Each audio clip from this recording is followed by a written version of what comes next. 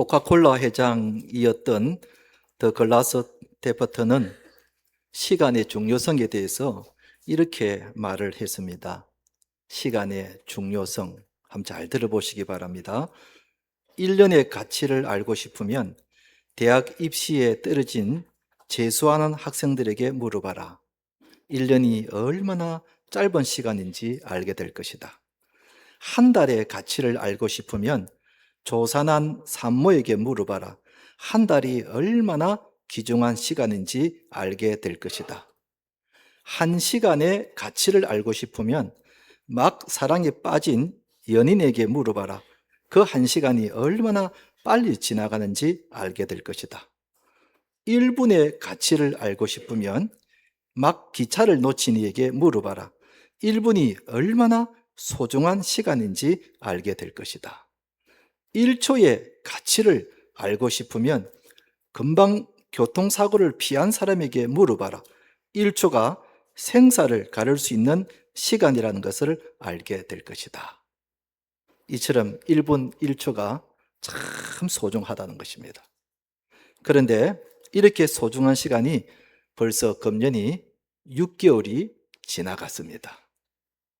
살아갈수록 실감하는 것이 세월이 참 빠르다는 것입니다. 우리가 송구 영신 예배 드린 것이 엊그제 같은데 벌써 6개월이 지나고 더운 여름이 되었습니다. 성경은 세월이 참 빠르다는 것을 이렇게 표현하고 있습니다. 시편 90편 10절에 보면 우리의 연수가 70이요 강건하면 80이라도 그 연수의 자락은 수고와 슬픔뿐이요 신속히 가니 우리가 어떻게 간다고요? 날아가나이다. 예. 세월이 날아간다는 겁니다. 비행기 날아가듯이 그러니까 슉 하고 그렇게 빨리 날아간다는 겁니다. 연세 드신 분들은 이 말씀이 실감이 날 겁니다. 얼마나 세월이 신속하게 날아가는지 모릅니다. 저의 경우만 해도 그렇습니다. 제가 우리 교회에 담임 목사로 부임해 왔을 때 그때 제 나이가 43살이었습니다. 그때 우리 장로님들이나 권사님들이 대피기도 하실 때에 주로 이런 기도를 했습니다. 하나님 아버지, 젊은 종을 보내주셔서 감사합니다. 젊은 종을 보내주셔서 감사합니다. 그 젊은 종이라는 말을 그렇게 많이 대피기도 할 때 사용했습니다. 그런데 그 젊은 종이 지금은 늙은 종이 되어버린 겁니다. 늙은 종이 돼가지고 이제 은퇴를 앞두고 있는 그런 나이가 되어버렸습니다. 참 실감이 나지 않습니다. 세월이 얼마나 빨리 지나가는지. 제가 얼마 전에 이제 만 65세 이상이 되어서 은행에 갔더니 그 지하철 무료로 타는 교통카드를 하나 발급해 주더라고요. 그래서 너무 신기해가지고 그 교통카드를 봤는데 그 교통카드에 뭐라고 적혀 있는가 하면은 어르신 교통카드 된 거예요. 어르신 교통카드. 제가 벌써 어르신 쪽에 들어가게 되었다는 겁니다. 여러분, 제가 어르신처럼 보입니까? 안 보이죠? 여러분, 머리만 좀 빠졌지, 얼굴은 아직 피부가 탱글탱글합니다. 주름살도 별로 없고요. 그런데 저를 보고 어르신 카드, 어르신이라는 겁니다. 제가 벌써 어르신 반열에 들어가게 됐다. 박호준 장로님, 저도 이제 어르신 반열에 들어가게 되었다는 겁니다. 제가 믿어지지가 않아요. 믿어지지가 않아요. 아니, 젊은 사람이 벌써 어르신 나이가 되었다니, 제가 정말 믿어지지가 않아요. 그런데 그만큼 세월이 빨리 지나갔다는 겁니다. 43살에 와가지고 젊은 종이 늙은 종이 된 겁니다. 세월이 빠르다는 것은 그만큼 시간이 소중하다는 말입니다. 골든타임이라는 말을 들어보셨죠? 골든타임, 시간이 곧 금이다, 그런 뜻입니다. 금쪽 같은 그 시간을 놓쳐서는 안 된다는 것입니다. 어떤 사람이 뇌졸중으로 쓰러졌다면 빨리 병원으로 데리고 가야 합니다. 만약에 그 골든타임을 놓쳐버리면 반신불구가 되거나 아니면 생명을 잃을 수도 있기 때문에 이런 경우는 1분 1초가 정말 금쪽 같은 시간인 겁니다. 그런데 우리는 이 소중한 시간을 얼마나 소중하게 여기고 살아가고 있는가? 한 통계 자료에 의하면은 지구상에 살고 있는 인구 전체의 87%가 아무 의미 없이 살아가고 있답니다. 10명 중에 한 8명은 아무 의미 없이 살아가고 있다는 겁니다. 참 믿어지지 않는 통계입니다. 오늘도 날이 밝았으니 그냥 그저 사는 것이고, 내가 죽지 않고 살아있으니까 그냥 살아가는 사람들이 의외로 많다는 겁니다. 이처럼 소중한 시간을 아무 의미 없이 보내는 사람들이 생각보다 참 많다는 겁니다. 그러나 우리들은 매일 살면서 시간의 소중함을 우리가 알아야 합니다. 오늘 읽은 본문에 세월을 아끼라 하는 말씀이 나옵니다. 오늘이 벌써 2026년도 많이 지나가고 있습니다. 우리는 지난 1월 초에 금년 한 해를 낭비하지 않고 의미 있게 신앙생활을 열심히 하며 살겠노라고 우리는 다 그렇게 결심을 했습니다. 그런데 반년이 지난 지금 돌아보면 정말 내가 결심한 대로 신앙생활을 잘하고 있는가? 의미 있게 살고 있는가? 세월을 아끼면서 살고 있는가? 우리가 한 번쯤은 생각을 해봐야 될 시점인 겁니다. 그래서 오늘 본문을 통해서 어떻게 사는 것이 세월을 아끼는 것인가에 대해서 말씀을 드리고자 합니다. 한번 따라합시다. 세월을 아낍시다. 세월을 아낍시다. 이 말씀대로 금년 남은 기간 동안 세월을 아껴서 하나님께 칭찬받는 우리 성도님들 되시기를 주님의 이름으로 축원드립니다. 첫째로, 어떻게 하는 것이 세월을 아끼는 것인가? 지혜롭게 행하는 것이다. 에베소서를 요약하면은 하나님이 예수님의 보혈로 죄인된 우리들을 구원해 주시고 하나님의 자녀 삼아 주셨다 하는 것이 앞부분이고, 그러면 하나님의 자녀된 사람들은 어떻게 살아가야 하는가? 그 뒷부분입니다. 오늘 읽은 15절에는 이렇게 나와 있습니다. 같이 한번 읽어봅시다. 시작. 그런즉 너희가 어떻게 행할지를 자세히 주의하여 지혜 없는 자 같이 하지 말고 오직 지혜 있는 자 같이 하여 그랬습니다. 하나님은 우리에게 지혜 있는 자 같이 행하라고 그렇게 말씀하고 있는 것입니다. 무조건 열심히 사는 것이 아니라 지혜롭게 살아야 된다. 지혜롭게 살아야 된다. 어느 나무꾼 두 사람이 산에 가서 나무를 패기 시작했습니다. 한 사람은 쉬지 않고 죽기 살기로 나무를 팹니다. 점심 먹는 시간 외에는 쉬지 않고 계속해서 나무를 이렇게 팼습니다. 또 한 사람은 중간에 쉬엄쉬엄 쉬면서 나무를 폈습니다. 1시간 하고 쉬고 1시간 하고 쉬고 그랬습니다. 나중에 저녁이 되었습니다. 서로 자기가 나무를 편 것을 서로 보았습니다. 여러분, 누가 더 나무를 많이 폈을까요? 쉬지 않고 나무를 편 사람이 당연히 많이 편 것 같지만은 결과는 반대였습니다. 그래서 이상하다는 뜻이 물어봤습니다. 아니, 나는 거의 쉬지 않고 일을 했기 때문에 내가 너보다 더 나무를 많이 폈을 거라고 생각했는데 왜 너가 나보다 더 나무를 많이 폈지 하고 물었습니다. 그러자 쉬면서 한 사람이 이렇게 말했습니다. 나는 비록 여러 번 쉬었지만 그 쉬는 시간에 도끼 나를 갈았다는 겁니다. 그냥 쉰 것이 아니라 그 쉬는 시간에 도끼 나를 갈았기 때문에 나무를 더 많이 펼 수가 있었다는 것입니다. 그러니 여러분, 무조건 열심히 한다고 좋은 것이 아니라 지혜가 필요한 것입니다. 지혜롭게 시간을 보내야 하는 것입니다. 이것이 우리에게 좋은 교훈이 되고 있습니다. 그러면 지혜롭게 살기 위해서는 어떻게 해야 되는가?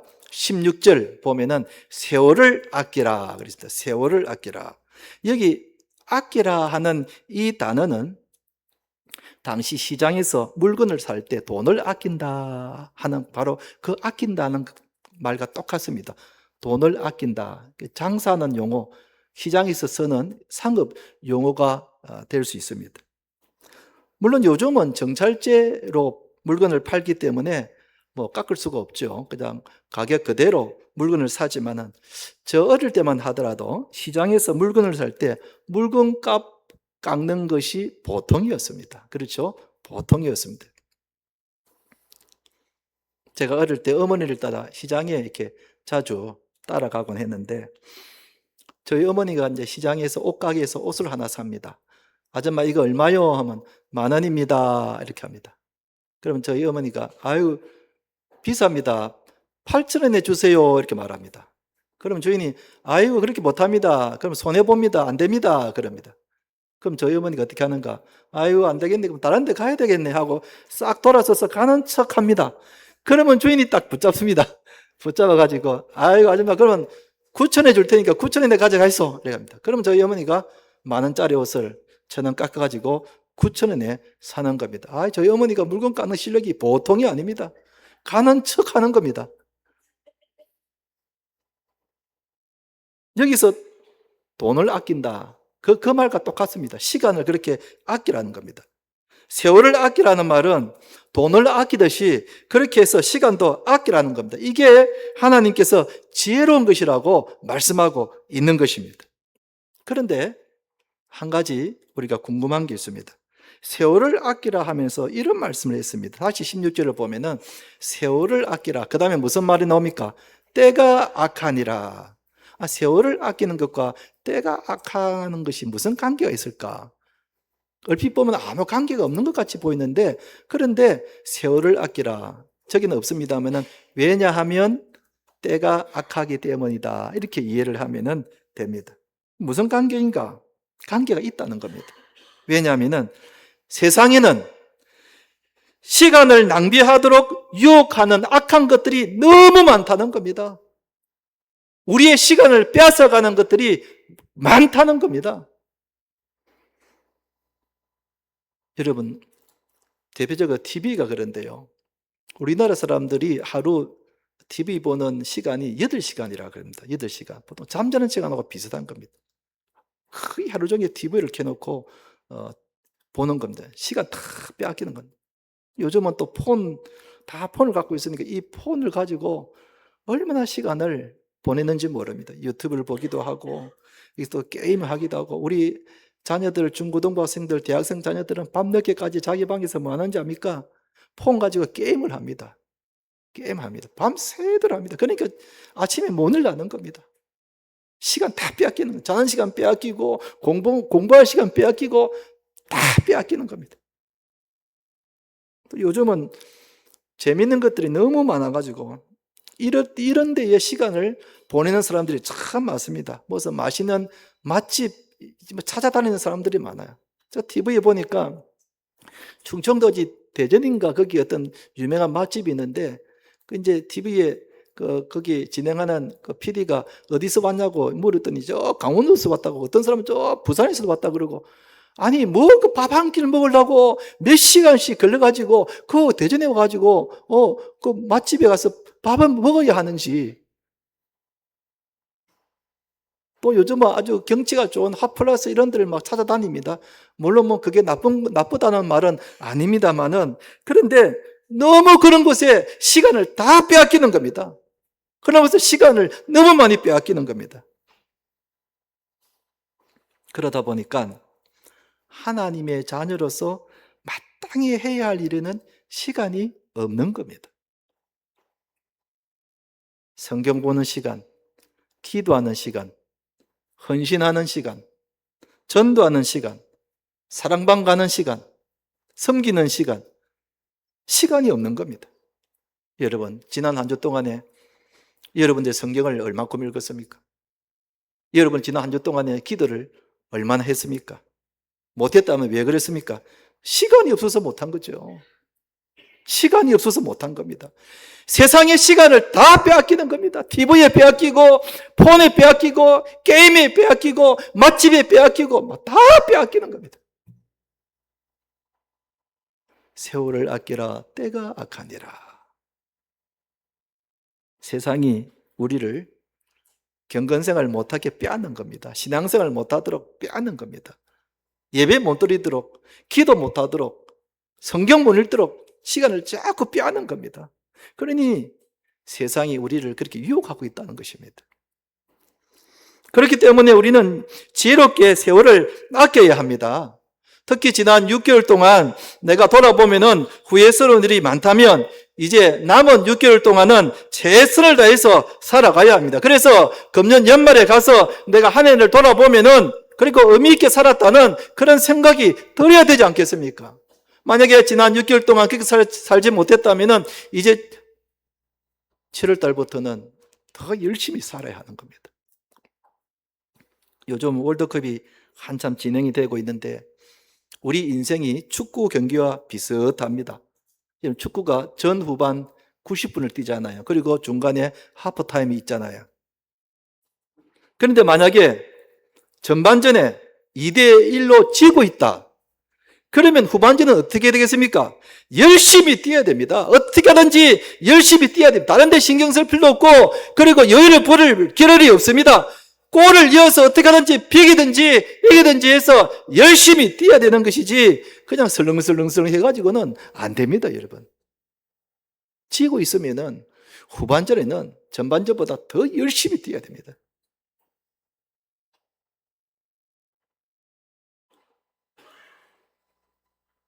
금년이 이제 반이 지나가고 반이 남았습니다. 그동안 내가 열심히 살지 못했다면 남은 기간에는 더 열심히 살아야 됩니다. 여유 부릴 필요 없습니다. 게으름 피울 필요가 없습니다. 열심히 살아야 됩니다. 그래서 2026년도 우리가 연말에 가서 내 생애를 한번 돌아봤을 때 참 의미 있게 살았다. 신앙생활을 참 열심히 했다. 그런 평가가 나와야 되지 않겠습니까? 그러기 위해서는 세월을 아껴야 하는 것입니다. 세상에 빼앗기지 아니하고 세월을 아껴야 하는 것입니다. 한번 따라합시다. 세월을 아낍시다. 세월을 아낍시다.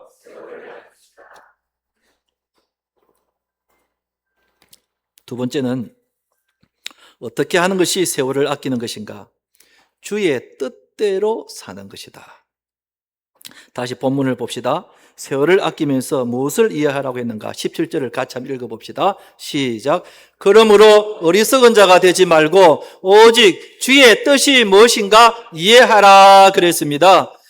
주님의 뜻이 무엇인가 이해하면서 살아야 된다는 것입니다. 무조건 열심히 살아야 되는 것이 아니라 주님의 뜻이 무엇인지를 알면서 열심을 내야 된다 그런 뜻입니다. 사람들 중에는 네 종류의 사람이 있다고 합니다. 네 종류의 사람이 있답니다. 모르면서 게으른 사람이 있고 모르면서 열심히 있는 사람이 있고 알면서 게으른 사람이 있고 알면서 열심히 있는 사람이 있답니다. 이 네 종류의 사람이 있다고 그럽니다. 여러분 생각에는 어떤 사람이 가장 큰 문제라고 생각합니까? 모르면서 게으른 사람이라고 생각하겠죠. 그러나 그렇지 않습니다. 모르면서 게으른 사람은 별로 문제를 일으키지 않습니다. 왜냐하면 워낙 게으르기 때문에 일을 안 하기 때문에 모르기도 모르고 그러니까 별로 문제를 일으키지 않습니다. 그런데 어떤 사람이 문제를 일으키는가? 모르면서 열심히 있는 사람. 이걸 조금 저속한 말로 뭐라 그럽니까? 무식하면서도 용감한 사람. 이런 사람. 무식하면서도 용감한 사람. 이 사람이 제일 문제를 많이 일으킨다는 겁니다. 아니, 모르면서도 열심히입니다. 그러다 보니까 문제가 막 일어나고 그 다른 사람들이 힘들게 하는 겁니다. 성경에서 대표적으로 어떤 사람이 이런 사람이었냐면은 사도 바울이 예수님을 만나기 전에 그 사울, 바로 그 존재가 그랬었습니다. 여러분, 이 사도 바울이 예수님을 만나기 전에는 열심히 했습니다. 예수 믿는 사람들을 막 붙잡아가지고 옥에 가두기도 하고 또 서대반을 돌로 치는데 앞장서기도 하고 열심을 냈습니다. 자기는 그것을 잘한다고 생각했습니다. 그런데 그것이 오히려 주님을 힘들게 만들었다는 겁니다. 예수님이 바울에게 뭐라 그랬습니까? 나는 너가 핍박하는 예수라. 아니, 바울은 열심히 행동했는데 그게 오히려 주님에게는 핍박거리가 되었다는 겁니다. 얼마나 황당합니까, 여러분? 왜? 하나님의 뜻을 모르고 열심히 했기 때문에 세월을 낭비한 겁니다. 자기는 열심히 한 줄 모르지만은 세월을 낭비했다는 겁니다. 그런데 우리도 이런 사람이 될 수 있다는 겁니다. 우리가 바쁘게 살고 열심히 산다고 다 하나님이 기뻐하시는 것은 아니라는 것입니다. 여러분, 내가 열심히 살고 바쁘게 살면 하나님이 기뻐한다고 생각한다면 그건 착각입니다. 하나님의 뜻을 이해하고 그리고 그 뜻대로 열심히 살아야지, 그렇지 않고 하나님의 뜻과는 무관하게 무조건 열심히 산다고 그것이 세월을 아끼는 것이 아니라는 것입니다. 오히려 세월을 낭비하는 것이다.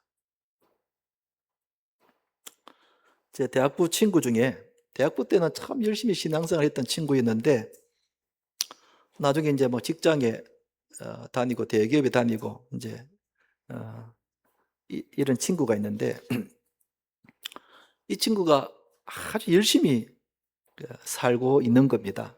아침에 일찍 일어나 가지고 헬스 클럽 가 가지고 헬스를 하고, 그리고 직장에 출근을 하고, 퇴근하고 난 뒤에는 학원에 가서 영어 공부를 하고, 그리고 집에서는 밤늦게까지 TV를 보면서 영화를 보는 겁니다. 그 주말에는 배 타고 나가지고 낚시도 하고 골프도 치고 얼마나 바쁘게 열심히 사는지 모릅니다. 자기 나름대로는 열심히 산다고 생각을 하는 겁니다. 그런데 문제는 뭔가? 이 친구가 그것 때문에 신앙생활을 못하는 겁니다.